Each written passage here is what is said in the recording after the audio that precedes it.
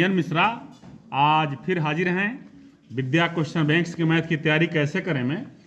पृष्ठीय क्षेत्रफल और आयतन पढ़ाया जा रहा था, जिसमें बहुत फार्मूला भी लिखवा दिया गया था। हम उम्मीद करते हैं कि याद हो गया होगा। बहुविकल्पीय प्रश्न में 6वें क्वेश्चन तक बता दिया गया था और 7वां क्वेश्चन देखा जाए। कह रहा यदि समान त्रिज्या के दो अर्धगोलों को उनके आधारों से जोड़ दिया जाए तो नए ठोस का वक्र पृष्ठीय क्षेत्रफल देखिए, ये आधा है और ये आधा है, दोनों को जोड़ दिया गया तो ये क्या बन गया? गोला बन गया। तो गोले का वक्र पृष्ठ होता ही है, नहीं होता है, पृष्ठ होता है 2 pi are square, sorry 4 pi are square. Okay. 8वां क्वेश्चन है, लंबवृत्तीय बेलन के आधार का क्षेत्रफल 9 पाई, आधार का क्षेत्रफल पाई आर स्क्वायर। आधार क्या है? लंबवृत्तीय बेलन है तो बेलन का आधार सर्किल ही है ना। बेलन का आधार वृत्त है, तो ये जो घूम रहा है वो वृत्त है। अब वृत्त का क्षेत्रफल पाई आर स्क्वायर, यानी आधार का क्षेत्रफल पाई आर स्क्वायर। ये दिया है 9 पाई। अब पूछ रहा है कि आधार का व्यास क्या होगा। आप त्रिज्या निकाल लीजिए, सब निकल जाएगा, व्यास निकल जाएगा। आर बराबर कणी में 9। हाँ, 9वां क्वेश्चन कह रहा है कि एक शंकु तथा बेलन, ये शंकु है और बेलन है, ये बेलन बना हुआ है, इसका आधार और ऊंचाई, ये ऊंचाई है, ये समान है। ये h है शंकु की ऊंचाई और ये आधार की त्रिज्या। तो आयतन क्या हो जाएगा शंकु का? 1/3 पाई आर स्क्वायर एच और by pi are square h बेलन का, ये कट गया 1/3, 1:3, 1/3 अब बाई 1/3 ही आएगा। किसी में भी 1 से यदि भाग दिया जाता है तो वही नंबर आता है। समझा गया। 10वां क्वेश्चन देखा है, कह रहा है 7 सेंटीमीटर कोर वाले लकड़ी के घन से संबंधित अधिकतम आयतन का लंबवृत्तीय बेलन बनाया जाता है। बेलन का आयतन होगा घन से, तो घन का आयतन बराबर बेलन का आयतन। ठीक है, तो घन का आयतन निकाल लिया जाए। बेलन का आयतन बराबर घन का आयतन हो जाएगा। तो 7 मीटर, तो पहले घन का आयतन निकालिए।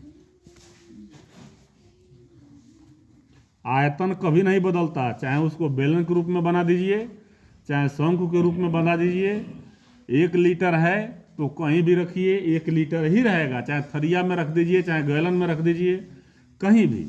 तो घन का आयतन 749 343। नहीं भाई, ये हो गया 343। अब ये 343 है किसका आयतन? बेलन का आयतन। बेलन का क्या कह रहा है? कोर वाले लकड़ी के घन से अधिकतम आयतन का लंबवृत्तीय बेलन बनाया जाता है। बेलन का आयतन, तो देखिए अधिकतम आयतन वाले बेलन के आधार का व्यास, ये घन है ना, अधिकतम कोर से इसको घुमाया जा रहा है। ठीक है, इसी को घुमाया जाएगा। तो मान लीजिए ये अधिकतम क्या हो जाएगा? उसका व्यास हो जाएगा।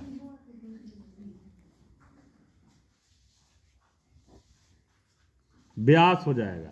ठीक है, और ऊंचाई भी क्या हो जाएगी? 7 ही होगी, इसलिए कि घन है ये भी तो घन है। तो इसमें हम ऐसे गोला बनाएंगे और इसमें भी नीचे ऐसे गोला बनेगा, तो ऊंचाई भी तो यही रहेगा ना। चलिए, घन के आयतन से नहीं मतलब है, छोड़ दीजिए इसको। इसका निकालिए, बेलन का आयतन बराबर पाई माने 22/7 आर स्क्वायर। ये व्यास है 7, त्रिज्या हो जाएगी 7/2 और एच यानी कि 7 से 7 कट गया 2×22 11×7=77 गुणे 7/2 ये हो जाएगा 3.5 गुणा करिए, आपका आंसर आ जाएगा सामने। ठीक है। अच्छा, ये पॉइंट में आएगा, निकाल लेंगे। 3 सेंटीमीटर कोर के एक घन में 1.4 मीटर सेंटीमीटर का व्यास का एक छेद किया जाता है। छेद का आयतन होगा, छेद का आयतन, तो ध्यान दीजिए।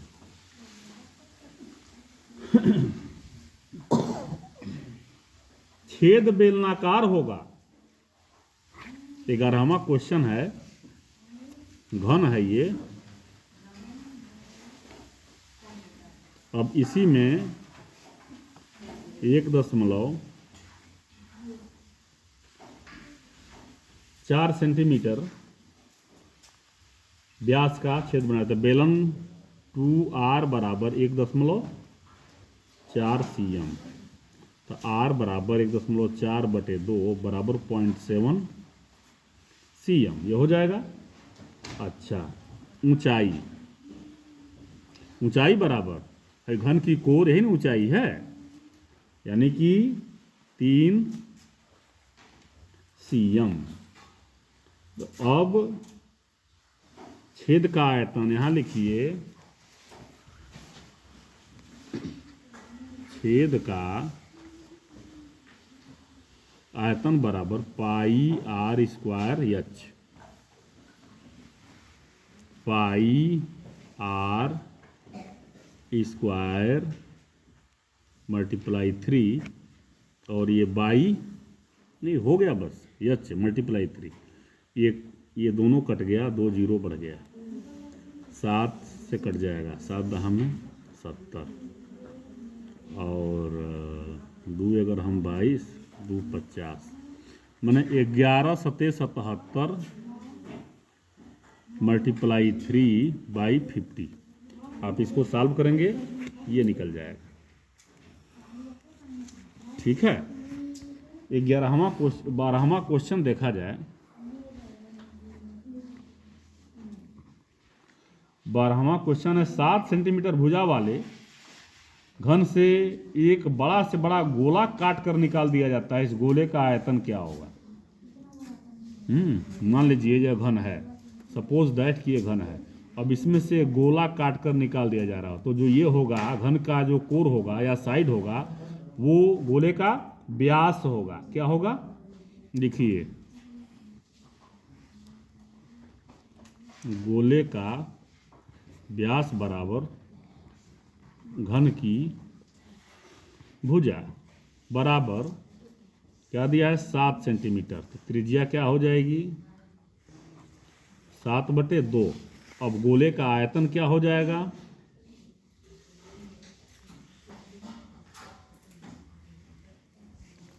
4/3 πr²r³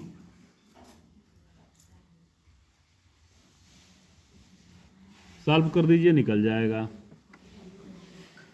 2 × 4 2 11×22 11×7=77/3, ये भी दशमलव में आ जाएगा, निकाल देंगे तो। ठीक है। अगला क्वेश्चन देखते हैं। कह रहा है 1/2 cm व्यास वाले किसी ठोस अर्धगोले का संपूर्ण पृष्ठीय क्षेत्रफल होगा।